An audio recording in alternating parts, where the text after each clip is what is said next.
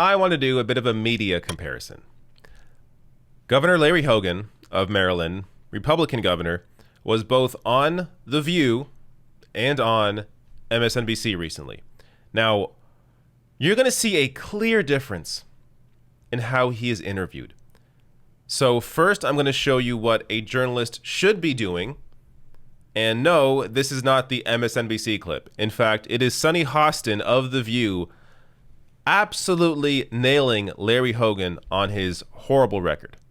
Governor, as you know, when you were here last, I mentioned to you that I lived in Maryland and in Baltimore in particular, so it's a city that's very dear to my heart. My son was born there.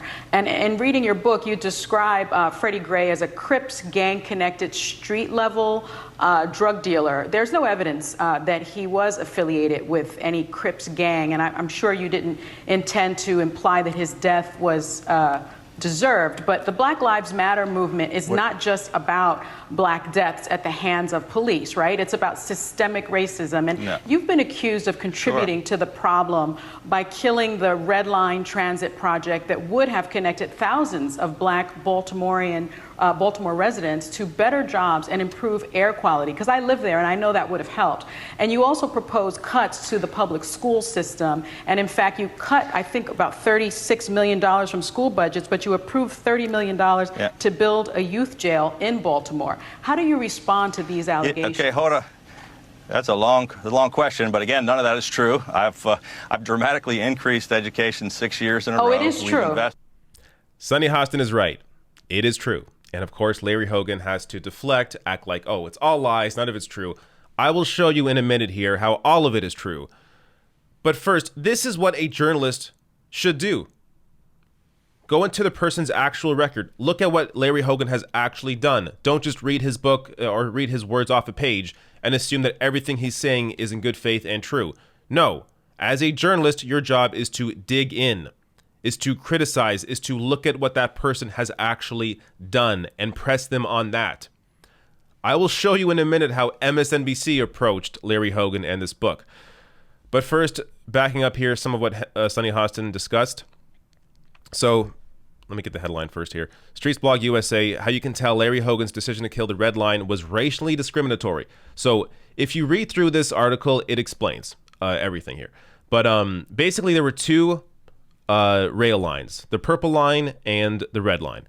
So when Hogan was elected in 2014, there were two major rail projects in the state about to begin construction. The Red Line, an east-west light rail subway in Baltimore, serving predominantly black, low-income neighborhoods on the west side and east side, and the Purple Line, a light rail line in the D.C. suburbs serving both black, middle-class Prince George's County and white, wealthy Montgomery County, connecting suburban stations of the Washington Metro as a circumferential line. So you can read through this. Basically, the Red Line was canceled. The Red Line, $2.9 billion to build. The Purple Line, so the Red Line was canceled due to cost. They had to make cuts. Oh, got to cancel the Red Line due to cost. They kept the Purple Line even though it was the cost around $3.3 billion. So the Purple Line got to stay. The Red Line was cut. The Red Line serving low-income, predominantly black communities. The Purple Line serving more upper-class communities. So the idea that this wasn't true, it's all lies, no. This happened, as Sunny Hostin pointed out. Also here from the Diamondback, Hogan's proposed education budget cuts would harm minorities and educators. This is a recent story. He's proposing cuts right now to education. And again, this is something that, here, I think I can get you a bit of a breakdown here. The largest chunk of the budget cuts is a proposed $201 million cut in statewide K-12 school funding aid. All districts, regardless of wealth and diversity, would feel the strain of this decreased funding. However, these cuts will have an even harsher impact on black and brown students. Another component of the budget cuts is the elimination of $12.4 million in disparity grants.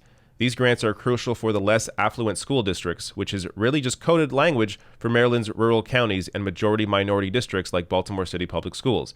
Nearly half of Maryland's black or Latinx students attend schools in one of the three most underfunded districts in the state. So again, I don't know how how Hogan here can play all of this off as, oh, none of it's true. It's all out there. It's all been reported on. And the last piece here from the Baltimore Sun: state approves $30 million youth jail. And this is from 2015. So while he was making cut sites like to the subway line, because due to cost, here the state was investing into a youth jail. Larry Hogan is somebody who the media often loves because he is somebody who criticizes Trump openly, has criticized Trump's response to the coronavirus, which, fine, good. But that doesn't mean you can just let him off scot-free with everything else he's done and act like, oh, Larry Hogan, he's a different kind of Republican. Yeah, he stands up for the people, when clearly that's not what he has done. But you will see right now, I will play the sequence of clips here from his interview with MSNBC. Governor, congratulations on your new book.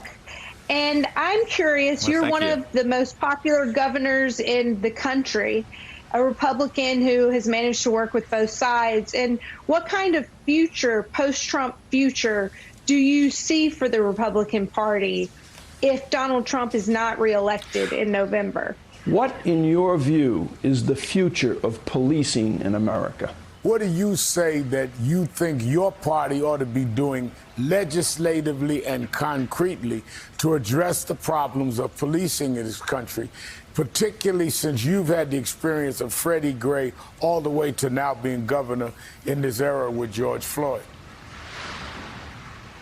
Well, these are certainly not easy answers, but many of these things obviously have to be addressed, both at the local, the state, and the federal level, and I think those discussions are taking place. Of course, Larry Hogan never actually goes on to answer the question, and they just let him off, and the interview ends. So the only questioner that was, I guess, was a solid question was from Al Sharpton at the end about what should your party be doing to address this, and he's allowed to not answer the question. The first two were just hilarious. Elise Jordan there, congratulating him on the book. As one of the most popular governors in the country, what do you say? The way this is a politician. This is somebody in a position of power. This is supposed to be a representative of the people. It is not your job to kiss his ass. It is your job to ask him questions. It is your job to push him on his record. Ensure that he's being held accountable for what he has done or what he hasn't done. Yet here, simply because in the beginning of that interview, they talk about Trump, simply because he is somebody who is critical of Trump, they allow him to get away with everything else. And apparently nobody here actually did the research and read his book before interviewing him to be able to push him on some of those tougher questions. So it is really just stunning that actual journalism, seeing people in positions of power get questioned on their record, it's stunning how rare that is. And you rarely ever find it, as you see on MSNBC. Occasionally, I mean, it depends on the host. It depends on the network. Sometimes CNN, sometimes MSNBC. Sometimes they will push politicians, occasionally, and bring up their record. But when it comes to somebody, as long as that person is towing the line, when it comes to their criticisms of Trump, which, again, is fine, is good, discuss that. But then, when you're discussing his book, in this instance, when you're discussing Hogan's book, which is not dealing with Donald Trump, it is your job to push him on his record. When that is not done, and instead they kiss his ass, all you're doing is giving him a platform to sell his book. It's like Jay Leno having on a celebrity talk about their new movie. I mean, there's no difference there. You have to actually, as a politician, you have to push them. But you got it from Sonny Hostin, so, I mean, credit where it's due. I don't watch The View very often. I know I used to do a lot more criticism of The View, but I hope there are more moments like this. It's good to see that occasionally there's some journalism happening on television, but that you have to go to a show like The View to find it.